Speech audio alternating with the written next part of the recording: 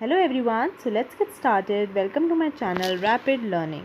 आज हम NCERT series में क्लास 6 ऑफ हिस्ट्री चैप्टर 7 करेंगे, जिसका नाम है नए प्रश्न नए विचार, new questions and new ideas. इस चैप्टर में हमें पढ़ने को मिलेगा कि कैसे 6वीं शताब्दी के दौरान नए धर्मों का उदय हुआ, नास्तिक आस्तिक संप्रदाय आदि के लोगों का उदय हुआ, बौद्ध धर्म के बारे में, जैन धर्म के बारे में, कैसे उन्होंने अपने धर्म का प्रचार प्रसार करा, कैसे उसका विकास हुआ। चलिए देखते हैं। इससे पहले मैं वीडियो शुरू करूं, मैं आपको कुछ बताना चाहती हूं कि ये वीडियो बहुत ही छोटी होने वाली है। सिर्फ इम्पोर्टेंट पॉइंट्स ही मेंशन करे गए हैं, इसमें ज़्यादा थ्योरी नहीं है। ये बहुत ही बेनिफिशियल है हर टाइप के एग्ज़ाम के लिए, including CTET, paper 2, KVS, TET, super TET and all other exams in which NCERT plays a key role. NCERT का पढ़ा हुआ हर एग्ज़ाम में काम आता है। चलिए हम अपनी वीडियो शुरू करते हैं। सबसे पहले हम पढ़ेंगे बौद्ध धर्म के बारे में। इससे पहले हम पढ़ें इसको, मैं आपको कुछ इंट्रो देना चाहती हूँ बौद्ध धर्म के बारे में। देखिए, बुद्ध का जो बचपन का नाम था वो था सिद्धार्थ। उनका जन्म हुआ था 563 BC लुम्बिनी में, कपिलवस्तु, जो कि अब वर्तमान में नेपाल में है। इनके पिता का नाम था शुद्धोदन, जो कि कपिलवस्तु के राजा थे। इनका कुल जो था, कुल का क्वेश्चन जो है इम्पॉर्टेंट है, बहुत बार पूछा जाता है कि ये कौन से कुल के थे, बुद्ध कौन से कुल के थे? शाक्य कुल के थे बुद्ध। माता का इनका नाम था महामाया, जो कि कोलिम वंश की थी। इनकी सौतेली माता का नाम था प्रजापति गौतमी, जो कि महामाया की ही बहन थी, मतलब उनकी बुद्ध की मौसी हुई। इनकी पत्नी का नाम था यशोधरा। 16 वर्ष की आयु में ही बुद्ध का विवाह कर दिया गया। इनके पुत्र का नाम था राहुल, जो कि जब राहुल पैदा हुआ था तो बुद्ध सोचते थे कि ये एक और बंधन हो गया मेरे लिए, वो मतलब इस रिश्ते में बंधे रखने के लिए। उन्होंने अपना गृह त्याग कब करा? 29 वर्ष की आयु में, जो कि कहा जाता है महामिनिष्क्रम। अब चलिए देखते हैं। बौद्ध धर्म के संस्थापक सिद्धार्थ गौतम, जन्म 2500 वर्ष पूर्व। लोगों के जीवन में तेजी से परिवर्तन का समय आया। क्षत्रिय शाक नामक छोटे से गण से संबंधित, जैसे कि मैंने आपको पहले बताया था, इसको एक कहानी के रूप में लेते हुए चलिए कि उनका जन्म कब हुआ था, उनके पिता का नाम क्या था, वो कहाँ कपिलवस्तु में हुआ था, माता का क्या नाम था, सौतीली माता का क्या नाम था, पत्नी का नाम क्या था, ऐसे करके। अब आगे पढ़ते हैं हम। बोधगया बिहार में पीपल के वृक्ष के नीचे तपस्या करी इन्होंने, वहाँ पे ज्ञान की प्राप्ति हुई। इसके बाद वे बुद्ध के रूप में जाने लगे। अब देखिए एक्चुअली में होता क्या है, एक बार वो बगीचे में बैठे थे तो उन्हें 4 दृश्य दिखे। सबसे पहला वृद्ध व्यक्ति दिखा, बूढ़ा व्यक्ति दिखा, नंबर 2 दिखा उन्हें बीमार व्यक्ति, 3rd दिखा उन्हें मृत व्यक्ति दिखा, और 4थे नंबर पर उन्हें दिखा एक सन्यासी, जो कि बहुत ही प्रसन्न मुद्रा में था। उन्हें बड़ा अच्छा लगा कि वो प्रसन्न मुद्रा में घूम रहा है। तभी उन्होंने सोचा कि मुझे भी गृह त्याग करके अपने किस धर्म को अपना लेना चाहिए। तो उन्होंने गृह त्याग कब करा? 29 वर्ष की उम्र में। उन्हें ज्ञान की प्राप्ति हुई बोधगया में, बिहार में है, जो निरंजना नदी के किनारे। 6 वर्ष जब उन्होंने घर त्याग करा था 29 वर्ष की आयु में, 6 वर्ष के बाद उन्हें ज्ञान की प्राप्ति होती है। मतलब क्या? 35 वर्ष की आयु में उन्हें ज्ञान की प्राप्ति होती है पीपल वृक्ष के किनारे। ये जैसे बताया गया है यहाँ पे, बोधगया बिहार में पीपल वृक्ष के नीचे। अब चलिए आगे देखते हैं। इसके बाद वो अलग अलग नामों से जाने लगे, जैसे कि बुद्ध तत्व, त्यागत, सत्य है ज्ञान जिसका, शाक्य मुनि कहलाने लगे क्योंकि वो शाक्य कुल के थे। लाइट ऑफ एशिया भी कहा जाने लगा उन्हें। अब देखते हैं आगे। वाराणसी के निकट सारनाथ में इन्होंने सबसे पहली बार उपदेश दिया था, जिसे सारनाथ स्तूप के नाम से जाना जाता है। जीवन में लालसा, तृष्णा, इन सब से मुक्ति का माध्यम आत्म संयम। इन बुद्ध का मानना था कि जीवन में लालसा और तृष्णा, इन सब से मुक्ति का माध्यम क्या है? आत्म संयम। शिक्षा की भाषा थी उनकी प्राकृत। मृत्यु के बाद भी जीवन पर चर्चा, आत्मा के अस्तित्व का परिचय उन्होंने दिया था। अब हम इसमें इम्पोर्टेंट बात क्या आती है बौद्ध धर्म के बारे में कि बुद्ध का बचपन का नाम था सिद्धार्थ।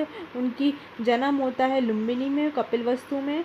उन्होंने 4 दृश्य देखे, उसके बाद उन्होंने गृह त्याग करा। उसके बाद उन्होंने ज्ञान की प्राप्ति कब होती है? बोध गया में, बिहार में 6 वर्ष के बाद, 35 वर्ष की आयु में। उसके बाद उन्हें अलग अलग नामों से जाने लगा, शाक्य मुनि, लाइट ऑफ एशिया। उसके बाद उन्होंने प्रथम उपदेश कहाँ पे दिया? सारनाथ में दिया। उनका सबसे प्रिय जो शिष्य था वो था आनंद। आनंद ने ही आग्रह उन्हें किया था कि उन्हें अपने महिलाओं को भी बौद्ध धर्म में प्रवेश मिलना चाहिए। तो सबसे पहली महिला जो थी, क्वेश्चन कभी कभी पूछा जा सकता है, ये मैं आपको एक्स्ट्रा बता रही हूँ, लेकिन ये भी आप अगर आपको सही लगे तो आप देख सकते हैं।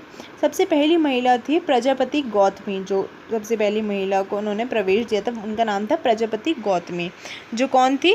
उनकी ही सौतेली माँ थी। अब पढ़ते हैं हम जैन धर्म के बारे में। जैन धर्म के बारे में मैं आपको इससे पहले पढ़ाऊँ, मैं कुछ बताना चाहती हूँ कि जैन धर्म के जो प्रथम संस्थापक थे उनका नाम था ऋषभदेव और आदिनाथ। लेकिन जैन धर्म के वास्तविक संस्थापक कहे जाते हैं महावीर स्वामी। उनका जन्म हुआ था 540 BC वैशाली में। ये 24वें तीर्थकर थे। अब देखिए, आप इसको डिफ्रेंशिएट करके भी ले सकते हैं कि बुद्ध का जन्म कब हुआ था? बुद्ध का जन्म हुआ था 563 BC में लुम्बिनी में, और महावीर स्वामी का जन्म कब हुआ था? 540 BC में वैशाली में। इनका बचपन का नाम था वर्धमान। इनके पिता का नाम था सिद्धार्थ, जो कि ज्ञातिक कुल के थे। माता का नाम था त्रिशाला, जो कि चेटक की बहन थी। पत्नी का नाम था इनकी यशोदा। पुत्री जो थी इनकी प्रियदर्शनी, अनोजया नाम था उसका। इन्होंने गृह त्याग करा 30 वर्ष की आयु में। बुद्ध ने कब गृह त्याग करा था? 29 वर्ष की आयु में। इन्होंने करा 30 वर्ष की आयु में। पढ़ते हैं जैन। जिन शब्द से उत्पन्न हुआ उसका अर्थ था विजेता। जैन ये पूछा जाता है सीटेट में कि जैन किस शब्द से उत्पन्न हुआ? जिन शब्द से उत्पन्न हुआ, इसका अर्थ है विजेता। प्रवर्तक वर्धमान महावीर, जैसे कि मैंने आपको बताया कि बचपन का नाम था उनका वर्धमान, लगभग 2500 वर्ष पूर्व। महावीर वज्जी संघ के क्षत्रिय कुल के लिच्छवी राजकुमार थे। 30 वर्ष की आयु में घर छोड़ दिए थे। 12 वर्ष तपस्या के पश्चात ज्ञान की प्राप्ति हुई। अब देखिए, बुद्ध जो थे उन्होंने 6 वर्ष के पश्चात उन्हें ज्ञान की प्राप्ति होती है, और इन्हें होती है 12 वर्ष की तपस्या के पश्चात ज्ञान की प्राप्ति। आगे देखते हैं। शिक्षा जो थी सरल रूप में जीवन, गृह त्याग, अहिंसा के नियम, सभी जीवों का संरक्षण, भिक्षा मांगकर सादा जीवन बिताना इत्यादि। शिक्षा की भाषा इनकी भी प्राकृत थी। बुद्ध धर्म की भी प्राकृत भाषा थी और इनकी भी प्राकृत भाषा थी। इन्होंने अपना पहला उपदेश दिया था राजगृह में। इनके प्रिय शिष्य थे जाम्यक। इनके जो थे 5 महाव्रतों में अहिंसा को सर्वाधिक महत्व दिया गया है। आगे पढ़ते हैं। ईमानदार होना, चोरी न करना, ब्रह्मचर्य का पालन करना, पुरुषों के वश सहित सुख सुविधा का त्याग करा था इन्होंने। अब आगे पढ़ते हैं। उत्तर भारत के अलावा गुजरात, कर्नाटक तथा तमिलनाडु तक फैलाव था इसका। वर्तमान रूप में उपलब्ध जैन धर्म की शिक्षाएं लगभग 1500 वर्ष ईसा पूर्व में किताबें गुजरात में वल्लभी नामक स्थान पर लिखी गई हैं। अब इनकी जो शिक्षा थी वो जैन धर्म की, हमें पता कहाँ से चलती है? ये क्वेश्चन आता है। तो कहाँ से? गुजरात में वल्लभी नामक स्थान पर लिखी गई थी, वहाँ से पता चलती हैं 1500 वर्ष ईसा पूर्व। अब ये इम्पॉर्टेंट आता है, एक संघ क्या होते थे? संघ होते थे हमारे महावीर तथा बुद्ध। घर का त्याग, संघ में आ जाते थे लोग। क्या होता था? ये एसोसिएशन होता था उन लोगों का जो अपना घर छोड़ देते थे। संघ के लोग जो होते थे बहुत सादा जीवन जीते थे, मेडिटेशन करते थे, गांव में जाकर खाना मांगते थे, इसीलिए ही वो भिक्षुज एंड भिक्षुनीज कहे जाते थे। क्या होता था? जो लोग अपना घर छोड़ते थे उनके लिए एक संघ बना था। संघ एक संगठन जहाँ त्याग करने वाले एक साथ रहते थे। जैसे कि मैंने आपको बताया कि वो घर छोड़ देते अपना। अब जो बौद्ध संघ के बारे में जानकारी मिली है वो मिली है हमें विनय पिटक संघ में। रहने वाले बौद्ध भिक्षुओं के लिए बनाए गए नियम का उल्लेख किया गया है इस विनय पिटक संघ में।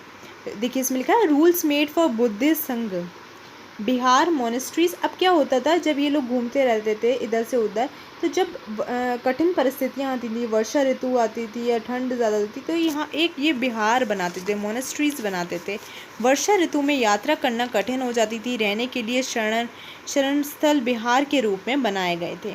आरंभिक बिहार जो होते थे वो लकड़ी के बने होते थे, बाद में ईंटों का प्रयोग किया गया। पश्चिमी भारत में विशेषकर कुछ बिहार पहाड़ियों को खोदकर भी बनाए गए थे।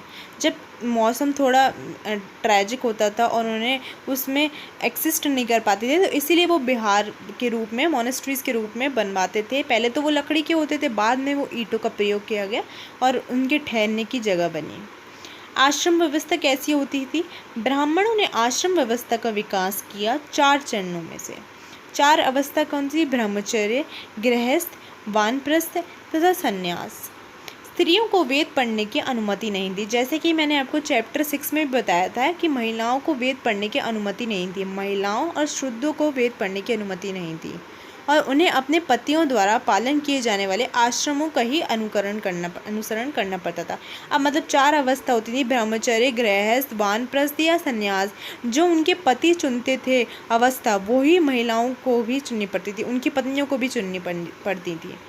जरयूस्त्र क्या चीज़ है? ये कीवर्ड है। ये ईरानी पैगंबर, इनके शिष्यों का संकलन, जेद अवस्था, इनकी भाषा और इसमें वर्णित रीति रिवाज वेद से काफ़ी मिलते जुलते हैं। ये थे ईरानी पैगंबर, इनके शिक्षाओं का संकलन किया गया। इनके जो शिक्षाएं थी वो ज़्यादा कॉमन थी वेद से। मूल्य शिक्षा का सूत्र क्या था? सद्विचार, सद्वचन तथा सद्कार्यता।